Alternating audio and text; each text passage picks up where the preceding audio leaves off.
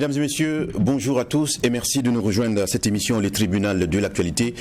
Ce rendez-vous sont donc jugés les faits majeurs de l'actualité entre approbation et condamnation, confirmation, vérité, dénégation, parce que tout simplement, nul n'a le droit de condamner qui que ce soit ou quoi que ce soit sans un jugement conséquent. C'est tout un plaisir que de vous retrouver puisque nous sommes vendredi, nous sommes à la dernière convocation pour cette semaine. Et encore une fois, les juges de l'actualité sont bien présents pour vous apprécier, en tout cas, cette actualité-là, nationale et internationale. Ce matin, déjà, on vous partage cette pensée de Maurice Georges Dantec qui dit ceci: entre le droit de s'exprimer et la pertinence de le faire, la distance réside dans le talent, c'est-à-dire dans la plus grande et totale injustice. Bonne méditation en cette journée du, va-t-on dire, le 9 octobre 2020 et bienvenue au tribunal de l'actualité. Je suis Lukman Sanfo. Benavougma, bonjour. Geoffroy Vara, bonjour. Bonjour Président Sanfo, bonjour Juge Vara, bonjour Madame, Messieurs. Bonjour Juge Bougma, bonjour Président, bonjour auditeurs et téléspectateurs. Merci à tous les deux et merci à l'équipe de réalisation de cette émission, le tribunal de l'actualité. Et merci surtout, mesdames, messieurs, à vous qui nous faites l'amitié donc de nous suivre du lundi au vendredi à partir de 8h. C'est pour les versions directes à la fois à la radio qu'à la télé. Et les versions rediffusées donc à la radio, c'est à 22h temps universel. Et sur votre télévision interactive True TV, c'est 21h30 temps universel. Alors, ce matin, on va parler encore une fois de l'actualité qui est notre matière. Et on apprend que des femmes au niveau de Ouagadougou menacent de boycotter les prochaines élections dans notre pays, le Burkina Faso. Et cette menace émane donc de la coordination des femmes de la ville de Ouagadougou et de la coalition des associations pour la défense du droit au logement. KDDL remonte donc au créneau pour déplorer la gestion chaotique du foncier. C'était hier 8 octobre dernier, on va dire. Elles annoncent une marche-meeting le 20 octobre prochain pour réclamer l'accès à des logements décents au profit des couches les plus démunies. Et ces femmes de la coordination exigent du gouvernement une réalisation d'audits impliquant les associations qui luttent pour l'accès au logement. Elles appellent aussi à la levée des suspensions des opérations de lotissement décidées, vous le savez, en 2011. On va y porter un jugement dès la première partie de l'émission. Et puis en France, voilà, le débat sur la restitution des objets d'art d'Afrique revient sur le débat donc au niveau de la scène et surtout à l'Assemblée nationale française. Et les députés ont été invités à se prononcer sur la restitution des biens culturels concernant deux pays principalement, le Sénégal et le Bénin. Alors si la loi est adoptée d'ici la fin de l'année, dit-on, la France aura encore 1 an pour remettre les dites œuvres au Bénin et le sabre ayant aussi été restitué aux autorités sénégalaises. On va porter un jugement sur cette autre actualité. Voici les deux sujets qui retiennent notre attention. Juste après la virgule, les avant-propos.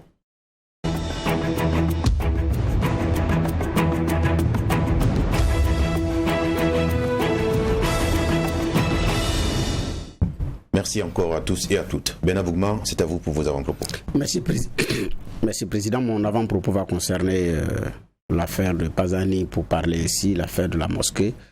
C'est une question qui est sensible selon nos autorités. Un terrain querellé avec un lieu de culte détruit et le gouvernement est clair, quel que soit le motif, il n'est permis à personne de détruire effectivement un lieu de culte. C'est très bien. Mais maintenant ici, la difficulté c'est que c'est une décision de justice qui avait lieu et ça crée aussi un précédent. Ça crée un précédent. Vous venez trouver qu'il y a un lieu de culte sur votre parcelle, débrouillez-vous, il faut aller ailleurs, quoi. Maintenant, la question c'est de savoir si vous êtes victime d'une telle, s'il y a une injustice quelque part, est-ce que le gouvernement va toujours contribuer dans la réparation? Je le dis parce que ici je ne prends pas position ni pour l'une ni pour l'autre partie. Dès lors que chacun revendique et que l'affaire est en justice, je pensais qu'on devrait pouvoir jouer la carte de la prudence. Mais vous retirez le terrain, vous allez dédommager les uns les autres autrement, oui. Donc, j'ai dit, il y a des terrains qui ont été pris comme ça, il y a des espaces verts qui sont occupés aujourd'hui par des lieux de culte. Et personne ne peut les faire bouger. Il y a des réserves administratives qui sont occupées par des lieux de culte. Il y a des réserves qui appartiennent à l'administration. Il y a des terrains qui appartiennent à la sécurité. Donc, qui devraient faire office de construction, soit de commissariat ou de gendarmerie. Mais comme ce n'est pas encore fait, les gens sont allés ériger des lieux de culte là-bas. Quand j'ai dit lieu de culte, je parle de toutes les religions révélées. Je ne parle pas d'une seule religion parce que ce n'est pas une seule religion qui fait ça. Donc, c'est occupé par des lieux de culte. Le jour qu'on viendra mettre le commissariat, la gendarmerie ou l'hôpital ou l'école en place, qu'est-ce qu'on fait? C'est un lieu de culte qu'on ne doit pas toucher. Mais la question aussi, quand vous usurpez un terrain pour construire une maison pour Dieu, vous êtes sûr que Dieu a besoin que vous preniez un terrain qui ne vous appartient pas pour construire une maison, vous allez rentrer pour l'adorer? Parce que aussi c'est une question fondamentale. Donc, oui, on construit une maison pour Dieu, mais est-ce qu'il a réellement demandé que vous partiez construire sur un terrain qui ne vous appartient pas? C'est une question fondamentale. Si ça ne vous appartient pas, vous forcez, vous avez menti. Alors que toutes les religions disent tu ne mentiras pas. Tu ne voleras pas, tu ne prendras pas le bien d'autrui. C'est pourquoi quand c'est litigé, on permet à la justice de réparer. Voilà. Maintenant, dans notre contexte, j'ai dit bien, il y a un précédent qui a été créé, il y a des réserves administratives, il y a des espaces verts qui sont occupés, mais que notre gouvernement ne pourra plus rien faire. Ça va être très difficile, parce que c'est un lieu de culte et on ne touche pas. Et donc, la question demeure, comment est-ce que dans ces conditions, nous allons nous en sortir aussi avec les éléments de vivre ensemble. Ici, il y a eu suffisamment de bruit, c'est arrivé à l'oreille de qui des droits qui a tranché. Mais il y a beaucoup de ces cas-là qui ne sont pas gérés. Entre l'administration et certains lieux de culte qui sont occupés irrégulièrement, mais et aujourd'hui qui peinent effectivement à rentrer en possession de leur, comme on appelle ça, de leur terrain. Et dans l'arrondissement 11, au niveau de l'arrondissement 11, il y a eu ce genre de cas entre un particulier et également une communauté religieuse. Le lieu de culte a été construit sur l'espace de monsieur. À un moment donné, monsieur voulait son espace, c'était très difficile. Il leur a dit, bon écoutez, c'est mieux d'enlever votre maison de prière. Ils ont dit non, comme c'est un lieu de culte, on ne doit pas détruire la maison de Dieu. Mais vous l'avez irrégulièrement construit. Monsieur dit, bon, il n'y a pas de problème. Il part, il construit un grand mur, il encercle le lieu de culte, il ferme à clé et puis circule.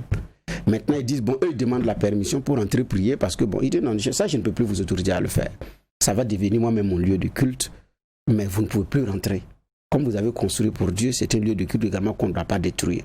L'autre argument aussi qu'ils ont ressorti, c'est de dire, bon, maintenant nous voulons les ouvertures et le tôle pour aller construire ailleurs. Il dit qu'il ne peut pas. C'est un lieu de culte. C'est pour Dieu. C'est en même temps pour moi.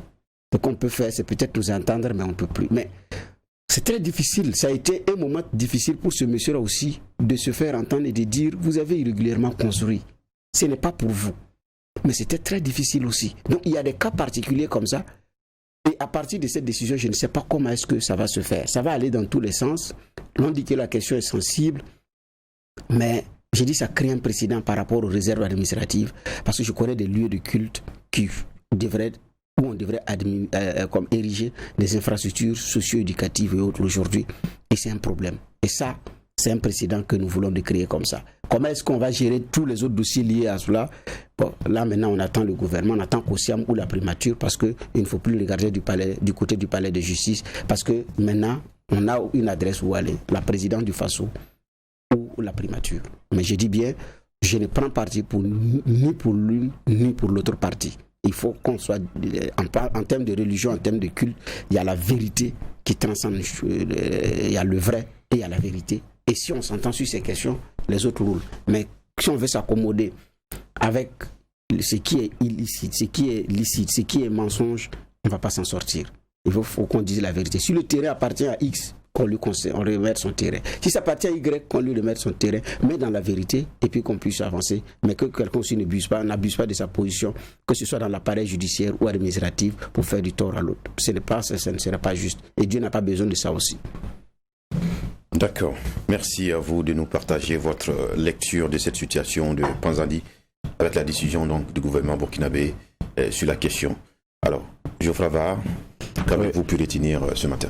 Moi, j'aurai deux avant-propos assez rapidement. Je vais commencer par la Côte d'Ivoire. C'est demain le grand rendez-vous de l'opposition au stade Félix Houphouët-Boigny pour ensemble dire non au troisième mandat d'Alassane Ouattara, parlant de cette opposition qui est en train de se mobiliser. Les figures du pouls, on les connaît. Pour ce qui est des candidats à la présidentielle qui ont rallié ce non pour le troisième mandat et la négation de continuer dans un processus dont il dénonce beaucoup de tard. C'est donc Henri Konan Bédié et Afin Guessan Pascal. Et donc, pour moi, ça aura aussi valeur de test, ce qui va se passer normalement demain. Parce que n'oublions pas aussi que c'est une opposition qui a du mal à mobiliser. C'est vrai, il y a le prétexte que des restrictions avaient été prises pour ce qui est des manifestations dans l'espace public. Mais on a vu ce qui s'était passé aussi à Yopougon, l'appel qu'ils avaient lancé pour une mobilisation et dire non, 3e mandat et un certain nombre d'éléments. Les gens ne sont pas sortis tant que ça. Il y a aussi des infos qui circulent selon lesquelles à chaque fois qu'il y a eu des tentatives de dénonciation ou de mobilisation, et ce que les gens appellent communément microbes à Côte d'Ivoire, ces petits assez dangereux, débarquent de nulle part, convoyés et s'attaquent à ces derniers-là. Donc ça fait que les gens sont moins enclins aussi à sortir parce que c'est quand même aussi dangereux. Mais je crois aussi que si on est si convaincu du combat qu'on mène, on sort. Il n'y a pas 36 façons de dire les choses. Et je pense que le test de demain, pour cette opposition-là, sera un test grandeur nature. Si c'est un flop, on comprendra que beaucoup d'Ivoiriens aussi en ont marre de toute cette classe-là et préfèrent que les choses se passent et qu'ils règlent leurs problèmes comme ils peuvent et qu'ils laissent la Côte d'Ivoire là où elle est. Il y a, j'ai dit 2 avant-propos que j'avais choisis pour aujourd'hui. Le deuxième, c'est un sujet dont on parle moins, peut-être parce que c'est le plan politique qui cristallise les attentions. Ça concerne toujours le Mali. Et vous savez, le Mali talonnait le Bénin pour ce qui est de la production de coton. Voilà, qui est le leader africain, parlant du Bénin. Et aujourd'hui, le Mali est laminé pour ce qui est de la production de coton, une baisse de plus de 30%. Ça, c'est la réalité dans laquelle le Mali est aujourd'hui. Beaucoup de choses peuvent expliquer cela. Il y a la question du corona, il y a la situation de crise dans laquelle se trouve le Mali, mais il y a que l'exemple est en train de devenir un autre exemple, pas dans le cercle vertueux, mais dans celui vicieux. Et c'est un pays qui doit tenter de s'en sortir parce que c'est pas moins de 3 millions de Maliens qui dépendent de cette production-là. Et quand on en était à jalousie, et ça il faut le dire clairement, parce que nous ici on avait aussi notre problème avec notre coton, avec quelques choix qu'on a fait, on a vu et on a reçu sur le plateau du tribunal de l'actualité aussi les acteurs du domaine qui se plaignaient des intrants qu'on leur donnait, qui se plaignaient d'un certain nombre d'éléments et pour qui cela a eu comme impact les méformes et les résultats qui ne sont pas intéressants de ces derniers temps. Et pendant ce temps, on jalousait l'exemple malien et même sur ce plateau, les acteurs du secteur citaient en exemple les choix que le Mali avait fait. Mais voilà, comme dirait l'autre, patatras. On a un Mali qui, sur ce chapitre-là, est en train de tout perdre. On espère que, puisqu'il y a des réflexions qui sont en train d'être menées, on espère que très vite, les choses vont s'inverser parce que on sait comment ça fonctionne. C'est des moyens d'entrée de devises importants. Et donc, on espère pour le Mali que ce secteur-là sera bien restructuré et que les facteurs qui, entre autres, ont pu impacter de façon négative le secteur-là soient revus et que peut-être le mal soit vu en bien et transformé en bien et que très vite les Maliens, je le dis encore près de 3 millions indépendants, qu'ils puissent vraiment encore faire rêver parce que c'est un peuple qui est résilient et c'est vraiment ce qu'on attend de lui. D'accord. Merci également à vous pour ce regard sur ces 2 sujets d'actualité. En guise d'avant-propos, merci à tous ceux qui l'ont suivi. On vous informe par ailleurs que vous avez aussi la possibilité de suggérer donc des avant-propos au juge au siège pour qu'il puisse les porter à cette émission, le tribunal de l'actualité. Pour ce qui est des sujets enrôlés, on va commencer par parler donc de la sortie de ces femmes, de la coalition des associations pour la défense du droit au logement, qui sont donc montées au créneau hier pour déplorer ce qu'elles qualifient de gestion chaotique du foncier. Elles annoncent aussi une marche-meeting prévue pour le 20 octobre prochain pour réclamer l'accès donc à des logements décents au profit des couches dites vulnérables et démunies. Et elles ont aussi exigé du gouvernement une réalisation d'audit qui implique toutes les associations qui luttent pour l'accès au logement. Elles ont aussi appelé à lever des suspensions des opérations de lotissement. On est intéressé par le sujet en attendant de les recevoir sur ce plateau pour nous expliquer de vive voix les principales motivations. Mais on constate déjà cette sortie. Bernard Bougma, on connaît bien cette organisation, la KDDL, qui depuis des années en tout cas sur le front du droit au logement. Mais tout semble être pour la première fois pour nous de constater ces femmes qui sont montées au créneau.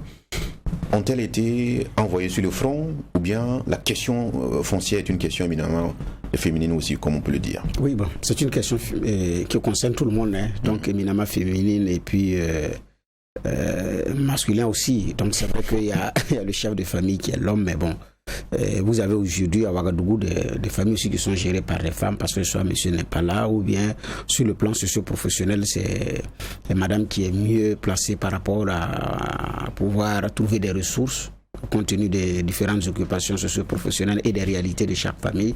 Donc ce qui concerne les questions de logement concerne aussi les femmes.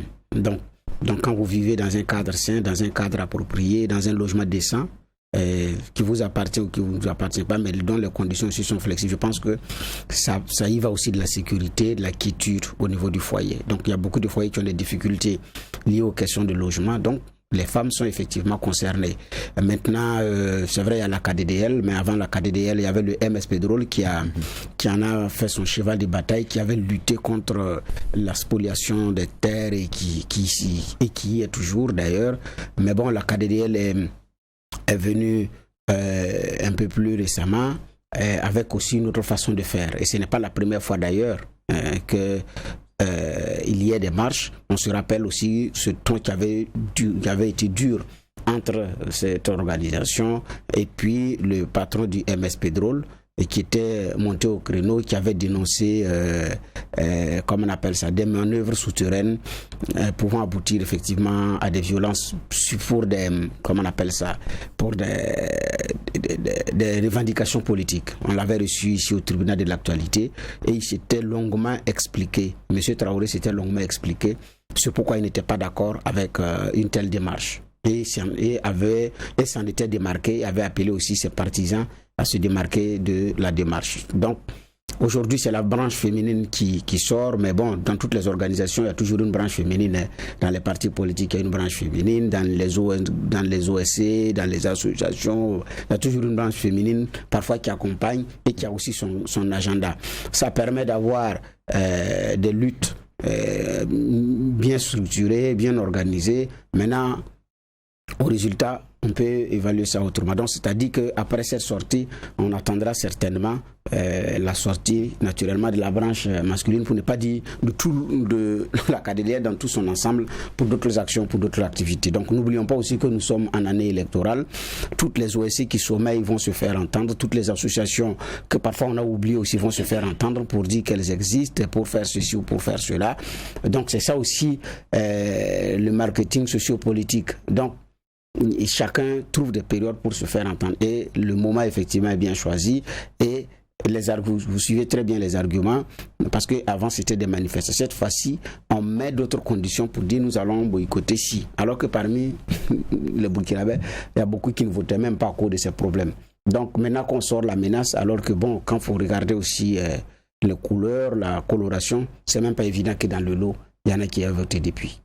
Donc parce qu'au Burkina, beaucoup ne votaient pas depuis. Ça, c'est un constat général qui est là. Donc, déjà dit que nous allons boycotter, alors que certains avaient déjà quitté le champ électoral.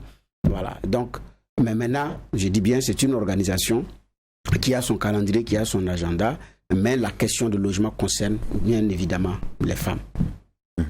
Geoffroy Rien qui en parlait donc de cette enquête initiée par la CODEL sur les attentes des Burkinabés quant à ces élections à venir. On n'a pas très bien perçu la place du foncier dans ce rapport qui a été produit. Et pourtant, c'est une question cruciale qui a intéressé les Burkinabés, surtout les populations de Ouagadougou notamment, ou des grandes villes, des grandes agglomérations qui ont eu des problèmes de lotissement et de spoliation foncière, on va dire. Oui, c'est clair que la question du foncier, ça intéresse au plus grand chef. Maintenant, quand vous regardez aussi, pour répondre à votre question, la stratification des besoins exprimés par les Burkinabés à travers l'enquête qui a été menée par la CODEL dénote que le premier point c'est l'aspect sécuritaire. Après il y a la question de santé, il y a l'éducation, il y a la question de l'accès à l'eau potable. Et je pense que quand vous faites aussi le tour pour ce qui est des autres sondages qu'il y a eu, sondage Périmètre, je rappelle encore, c'est ces 4 points-là que vous avez. Sécurité, santé, éducation, accès à l'eau, c'est des éléments que vous avez. Et puis lutte contre la corruption, c'est des éléments que vous allez de façon redondante. Donc, je crois que ça, c'est ce qui est un peu le dénominateur commun de tous les Burkinabés. Maintenant, le problème, c'est que on vit des situations de façon peut-être très forte, mais pas partout. N'oublions pas que ce soit le rapport Présimètre ou celui de la CODEL, c'est en gros 2500 personnes qui ont été enquêtées. Donc, et quand vous regardez 2500 personnes, ils l'ont fait au prorata de ce que nous avons comme structure d'âge, sexe et tout, pour ce qui est du Burkina Faso. Donc, ça, pour que ce soit un échantillon qui soit représentatif du grand nombre. Et on essaie de faire dans toutes les régions un peu du Burkina Faso. Donc, vous comprendrez que les questions du foncier à Ouagadougou, à Bobo-Dioulasso, ne sont pas vécus de la même façon que dans d'autres villes du pays, et ça ne figure pas chez eux comme étant des priorités. Et je crois que c'est pour cela que ramener à la masse, lorsqu'on pose ce type de problème là, ça n'apparaît pas peut-être de façon intéressante sur les besoins que les Burkinabés ont de façon générale. Mais vous viendrez dans des grandes agglomérations, ça figurera forcément parmi les points sur lesquels les attentes sont majeures, parce que l'échantillon sera différent et que les enquêtés et la façon de circonscrire l'enquête permettra peut-être d'avoir pour moi un chamboulement dans ce que vous avez comme ordre de priorité. C'est vraiment une préoccupation, quoi qu'on dise, pour les Burkinabés, notamment dans certaines zones, Ouagadougou et certaines villes qui sont concernées. Et ça, nous avons fait plusieurs reportages là-dessus, dans les zones périphériques de Ouagadougou, sur la question d'accaparement des terres. Et c'est vraiment mal vécu. On a entendu pendant longtemps les gens répéter la même phrase. La prochaine bombe, ça sera le foncier. C'est pas la première fois qu'on entend ça, et ça ressort de façon récurrente. Je m'étonne d'ailleurs que ça ne soit pas ressorti dans les différentes enquêtes qu'on a en termes de positionnement. Oui, c'est cela, mais c'est ce que j'expliquais, c'est que si on circonscrit à Ouagadougou et Bobo-Dioulasso, vous verrez que ça pourrait apparaître comme étant des éléments majeurs qui sont attendus. Maintenant, bon, là on est dans des enquêtes qui concernent tout le territoire national, donc ça devient un peu plus différent. D'accord. Et pour ce cas précis de ces femmes qui sont sorties de la KDDL, elles sont formelles. Si on n'a pas nos parcelles, on ne vote pas. Donc un appel de boycott clair qui a été lancé. Et comment vous comprenez cet état de fait? Bon, elles disent, quand on les écoute, que pour ce qui est des consultations électorales passées, les gens sont venus les voir. Bon, ça c'est un langage. Souvent, quand les gens viennent voir les gens, parce que c'est le terme qui est employé, les gens sont venus nous voir, et qu'aujourd'hui, on est encore à l'orée d'élections, parce qu'on n'a pas vu l'once d'application de promesses, on décide alors de rappeler et de donner l'ultimatum. C'est un peu, si je comprends bien en filigrane, la démarche. Mais en même temps, le problème n'est pas, peut-être comme disait Bernard Bouma, la question des calendriers ou des agendas, mais est-ce que la vérité qui est dite en est une? Est-ce que ce qui est dit, c'est une vérité? Oui, il y a un problème sur la question du foncier. Et quand elle commence dans leurs propos, elles reviennent sur quelques lois qu'on a au Burkina, qui sont pour elles des lois sur lesquelles on devrait revenir de façon très claire. Je vais les retrouver tout à l'heure. Elles disent voilà, nous exigeons l'abrogation de la loi 057/2008 du 20 octobre 2008 portant promotion immobilière au Burkina Faso. Nous exigeons sans délai la rélecture de la loi 034/2012 du 3 juillet 2012 portant réorganisation agraire et foncière au Burkina Faso. C'est-à-dire que le premier point qu'elles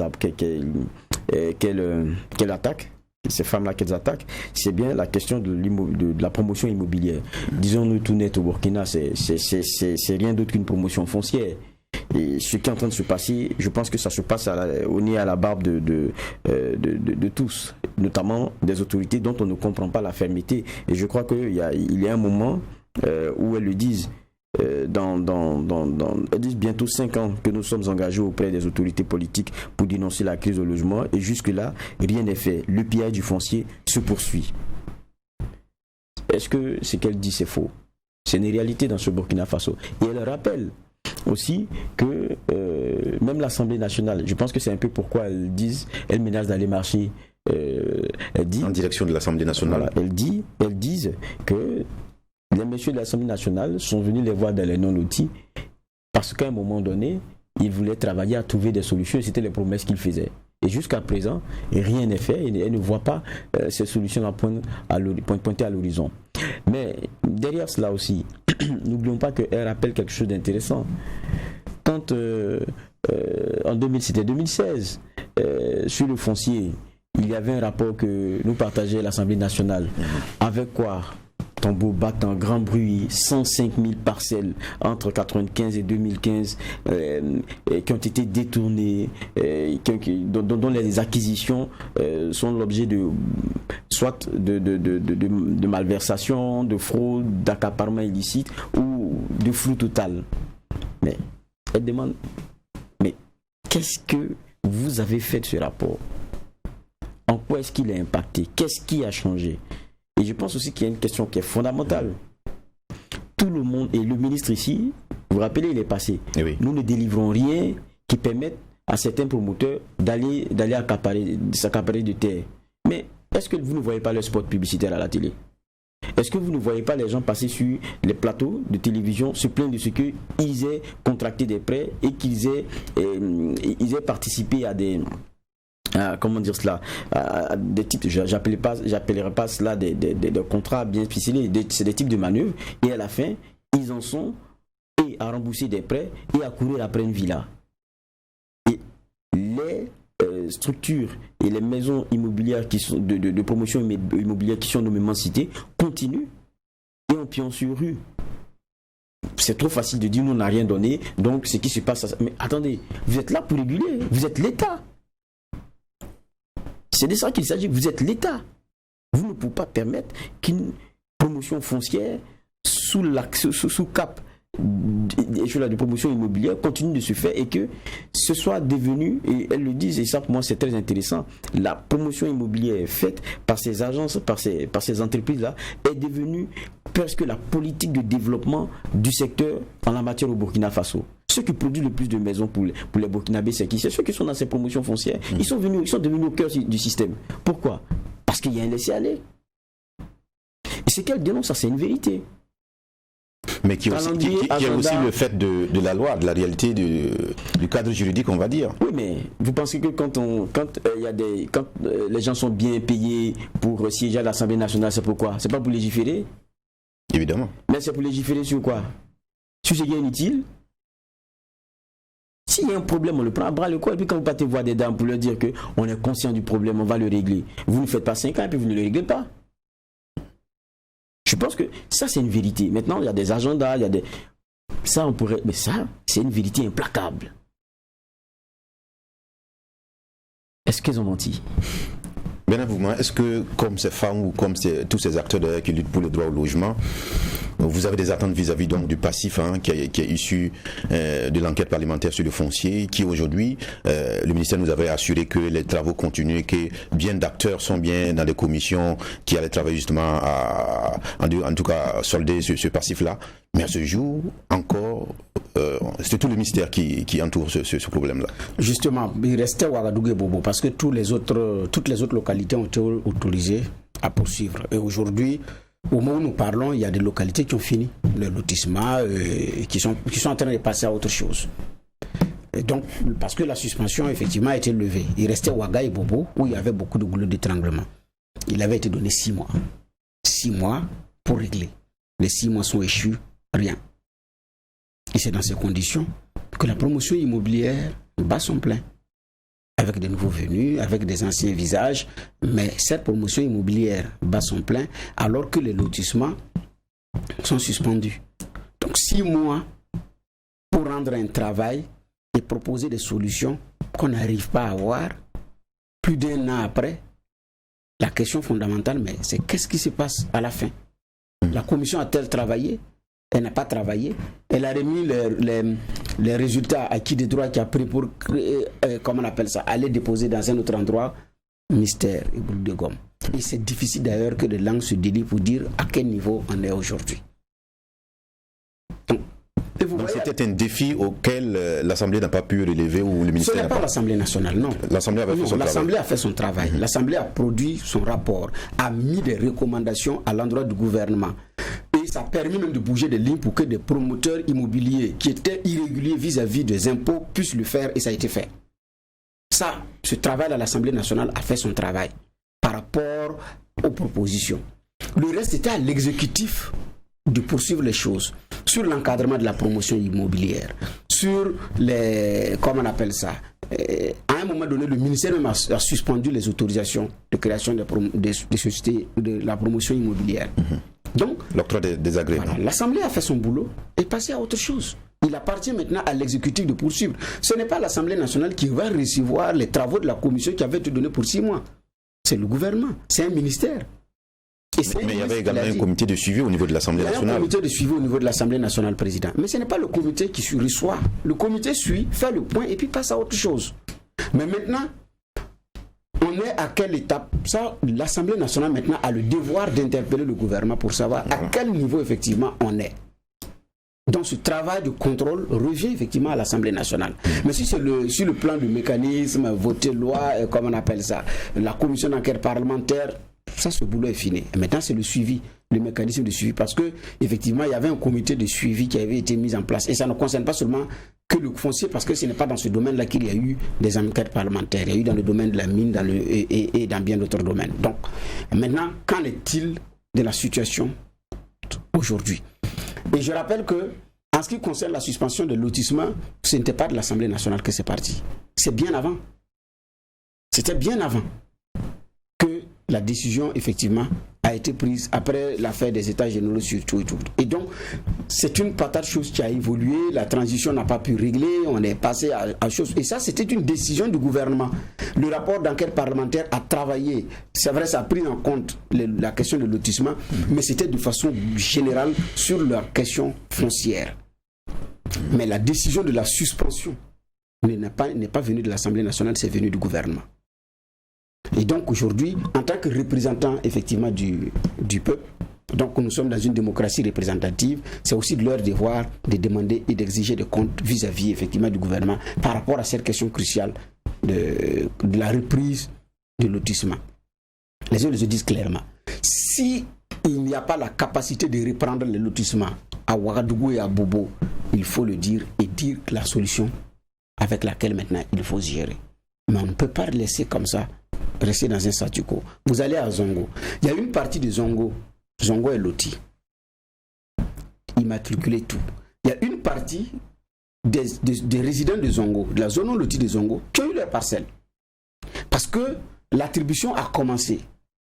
Et c'est en pleine attribution qu'il y a eu la suspension. Conséquence, vous avez des gens qui ont eu leur parcelle en bonne et due forme. Et vous avez des voisins en même temps qui n'ont pas pu avoir leur parcelle en bonne et due forme. Et vous vivez dans des maisons avec du matériel, avec des matériaux que vous avez, vous ne voulez pas investir parce que d'un moment à un autre, vous devez vous déplacer. Et en même temps, vous avez une famille, vous avez une intimité. Quand la pluie commence à pleuvoir, vous êtes angoissé. Qu'est-ce que vous faites? Conséquence, il y en a qui sont allés et qui ont mis des moyens, qui ont construit la maison, qui sont assis et qui attendent. Ils ont pris le risque de le faire parce que... y a et ça aussi, c'est une poudrière. Oui, mais justement, maintenant, ce monsieur-là attend. Qu'est-ce qui se passe? Parce que les lotissements n'ont pas les mêmes réalités. Il y a des zones à problème, il y a des zones qui n'ont pas de problème. Les résidents se connaissent, il n'y a vraiment pas assez de problèmes.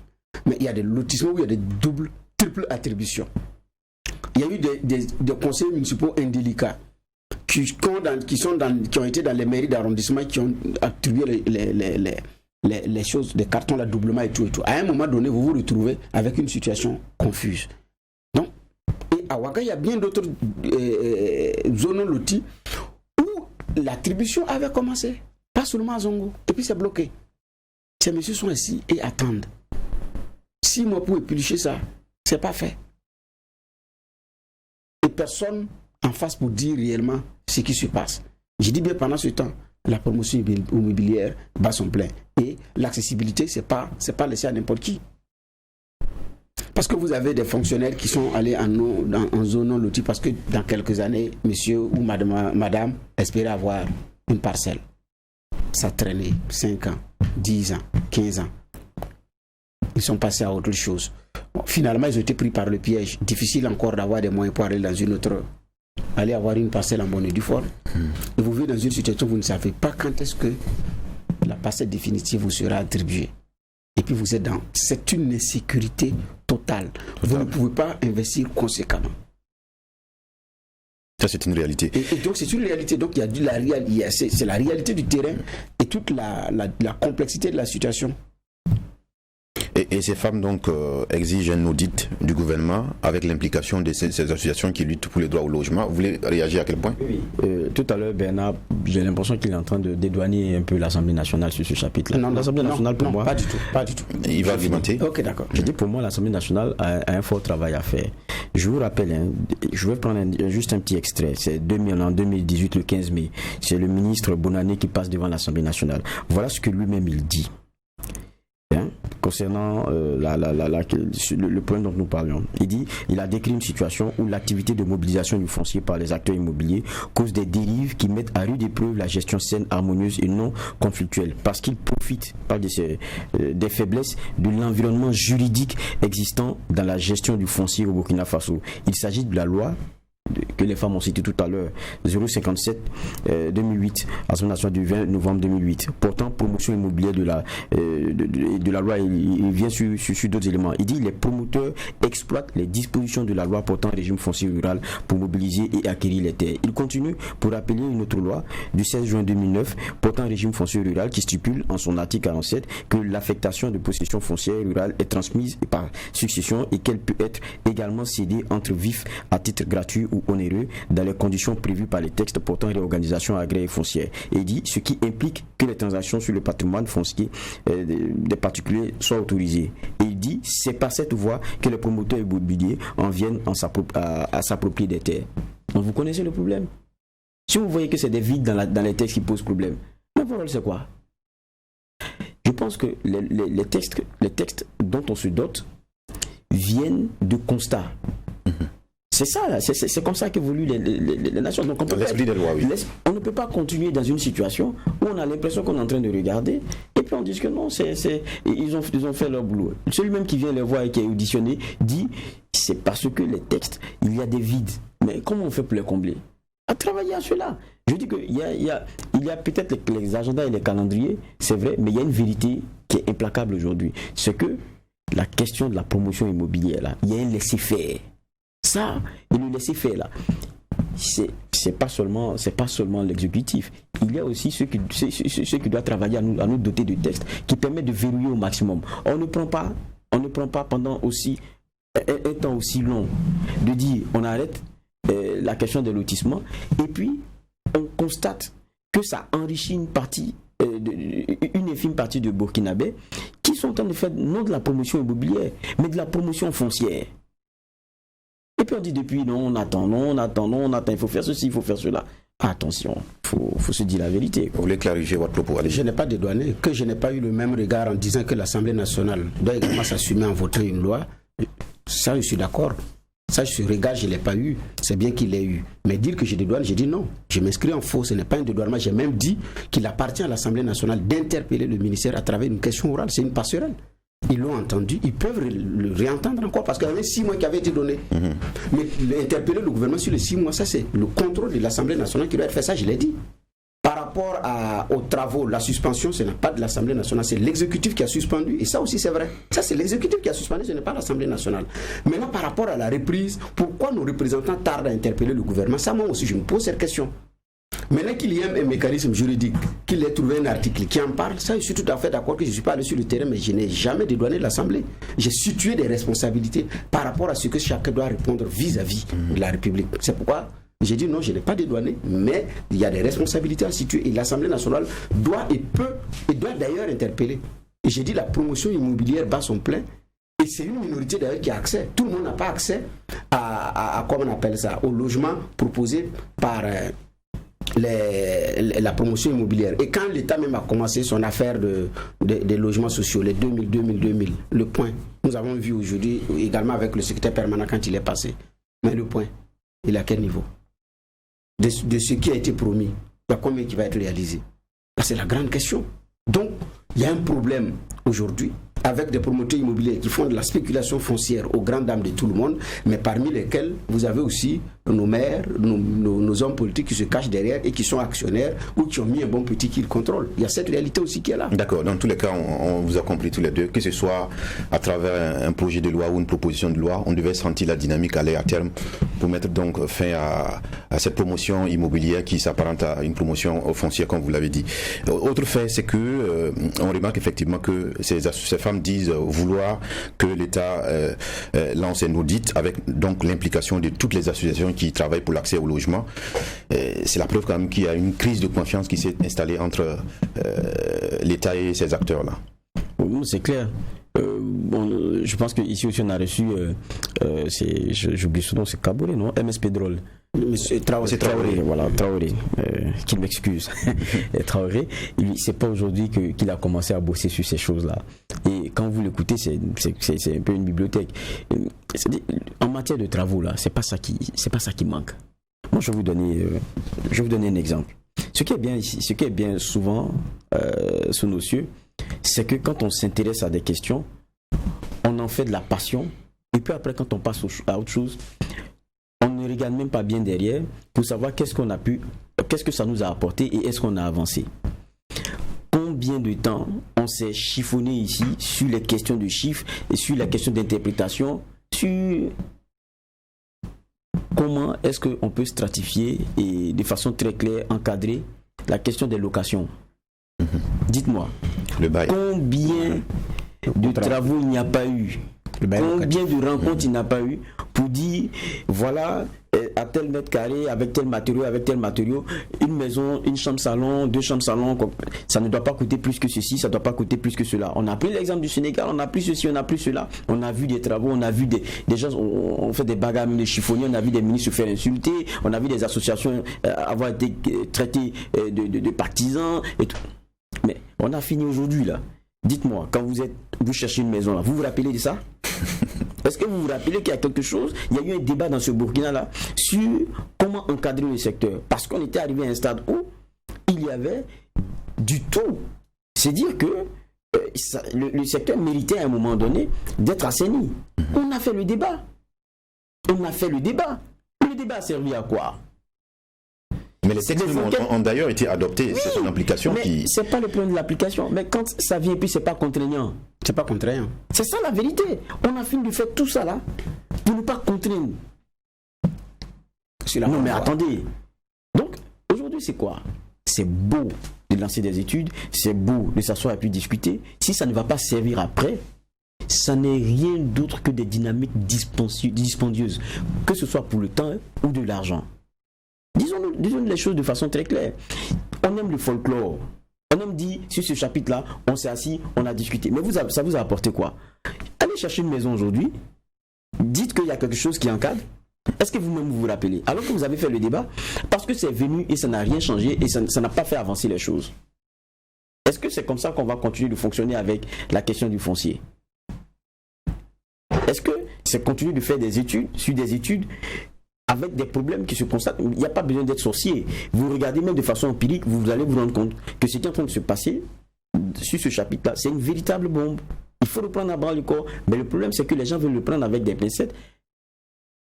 Parce que c'est-à-dire que c'est, comment dire, c'est même pas un serpent. C'est un nœud qu'on a fait tellement difficilement.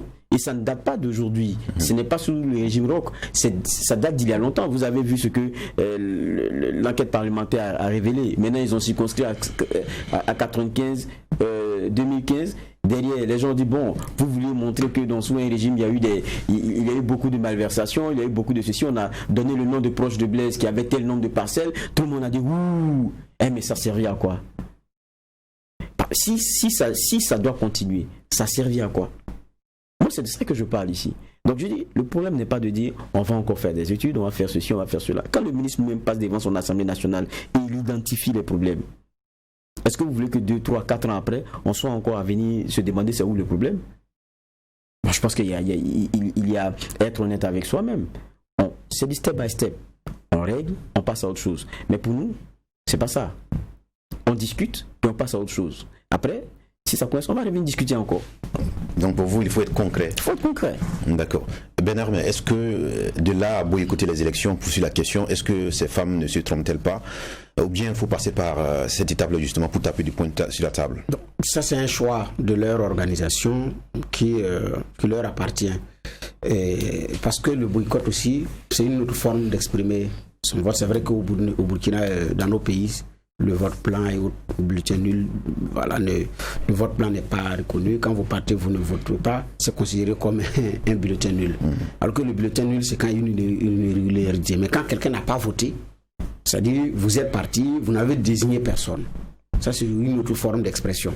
Bon, le boycott, ce n'est pas la première fois. Quand il y a des élections au Burkina, vous voyez sur les murs, il y en a qui appellent à boycotter. Certaines organisations, d'ailleurs, parfois qui supervisent même les élections, appellent à boycotter les élections. Contradiction. Vous supervisez les élections, vous envoyez des observateurs, mais vous appelez aussi à boycotter les mêmes élections. Ça, on l'a vu aussi au Burkina Faso en 2015. Mais maintenant, pour répondre effectivement à votre question, c'est aussi la question des choix. Est-ce que le bulletin, nous croyons que le bulletin, en fonction des hommes et des femmes que nous allons choisir, peuvent contribuer à changer les choses? Si nous estimons que c'est possible, oui, on y va. Mais si on dit on n'y va pas parce que ça ne va rien changer, on permet en même temps aux mêmes là de continuer de faire la même chose. Donc nous faisons en même temps la même chose avec eux et nous voulons un résultat contraire. Ça ne peut pas aussi marcher. Donc, nos élections, il n'y a pas d'engouement depuis des années. Conséquence, on a une classe politique à l'image de ce que nous avons toujours fait. Et on veut un changement dans la conduite des affaires. Ce n'est pas possible. J'ai dit hier que les réalités, les paradigmes d'hier ne sont pas forcément les réalités d'aujourd'hui. Beaucoup ne partaient pas voter parce qu'ils disent ça ne va pas changer, c'est toujours la même machine, c'est toujours. Mais est-ce qu'aujourd'hui les choses n'ont pas évolué? Est-ce que Donc, j'ai dit c'est leur choix qui a ses avantages et qui a ses inconvénients. Que des femmes décident de ne pas aller aux élections pour protester, j'ai dit, c'est une autre forme d'expression démocratique qu'on leur reconnaît, mais qui a aussi ses limites. Mais j'ai dit c'est bien leur décision. C'est une menace qui n'est pas encore mise à exécution, donc que je respecte tout simplement.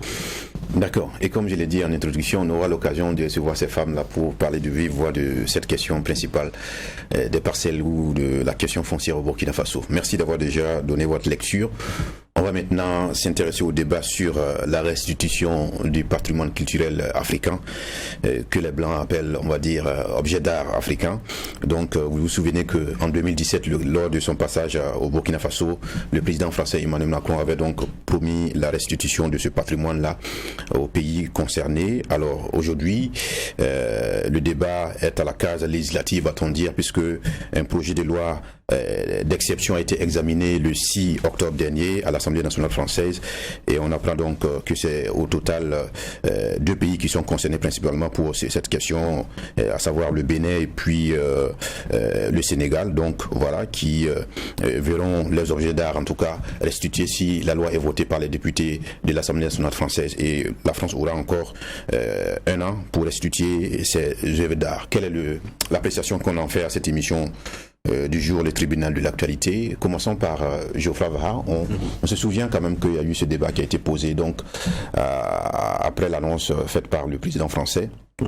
Aujourd'hui, on a comme l'impression que les Africains eux-mêmes ne mènent pas véritablement le débat. C'est pas d'un intérêt très notoire. Comment vous appréciez cela déjà? Non, c'est pas une question de mener le débat. L'intérêt, il est là. Maintenant, à la vérité, c'est que les débats qui nous intéressent sont d'abord politiques. C'est ça la vérité. Sinon, sur le terrain culturel, je pense que ça bouge. On a fait et partagé dans nos sessions d'information des travaux initié notamment par le ministère de la Culture burkinabé sur ces questions-là, avec répertorier ce qui pourrait être intéressant pour le Burkina en termes de retour, où un travail était en train d'être fait par une direction. Donc ça veut dire que chaque pays là-dessus est très engagé, et selon les pièces que ces pays-là veulent voir retourner dans le pays de leurs ancêtres. Bénin c'est pareil, même Côte d'Ivoire c'est pareil, Sénégal c'est pareil. Il y a un bon boulot qui est en train d'être fait dans chacun des pays pour voir ces œuvres-là revenir. Maintenant, vous savez, c'est qu'on est dans un monde maintenant où les gens sont très malins. Vous savez, quand ils venaient nous prendre cela, je ne savais pas qu'il n'y avait pas un si long processus. On nous nous Il n'y avait pas une assemblée pour décider. Voilà, il n'y avait pas une assemblée. Ils ont pris ça un bon matin. Et puis, ils veulent que nos enfants et nos petits-enfants continuent d'aller regarder ça à travers des vitres et qu'on leur enseigne que ça, c'était pour tes ancêtres. C'est comme ça qu'ils faisaient, c'est comme ça qu'ils... C'est quelqu'un d'autre qui te raconte ton histoire. Et tu payes pour venir regarder ce qui a appartenu à ton ancêtre, et tu paies pour venir te voir raconter par quelqu'un d'autre ce qui était ton ancêtre. C'est un peu ça. Maintenant, pour que ça vous retourne, on vous dit qu'il y a des balises. Et moi, j'ai vu et j'ai entendu des débats ahurissants. Oui, des débats ahurissants de spécialistes, selon eux, de certains domaines de la conservation, qui se posent la question de savoir si ces œuvres-là retournaient ici, est-ce qu'elles allaient... Est-ce qu'on a la garantie? On pouvait en garantir comment on appelle ça, l'intégrité. Est-ce qu'on pourrait s'en occuper? Est-ce qu'on pourrait les conserver? Je dis, mais quand vous êtes venu prendre des objets d'art qu'on avait depuis 500, 600, 700 ans, fabriqués ici, vous ne vous êtes pas demandé comment on a gardé ça? C'est aujourd'hui que vous vous dites, si on vous donne, c'est pas sûr que vous puissiez bien les garder. C'est vous qui savez, mais ils ont toujours su garder nos trésors, vous savez. Ils ont toujours su garder nos trésors. Ils ont toujours pensé qu'ils sont les mieux placés pour garder ce qui est cher, qui nous est cher. Vous pensez à la monnaie, je vous lis. C'est pas que ça. C'est pas que ça. Mais je dis, mais derrière cela aussi, il y a l'Africain qui doit s'assumer. Il y a un protocole.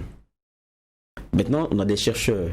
On a des spécialistes de différents domaines qui pourront travailler. Et c'est là qu'on attend les historiens aussi. Parce qu'il y aura une vraie bagarre sur le tracé de l'origine de certaines œuvres.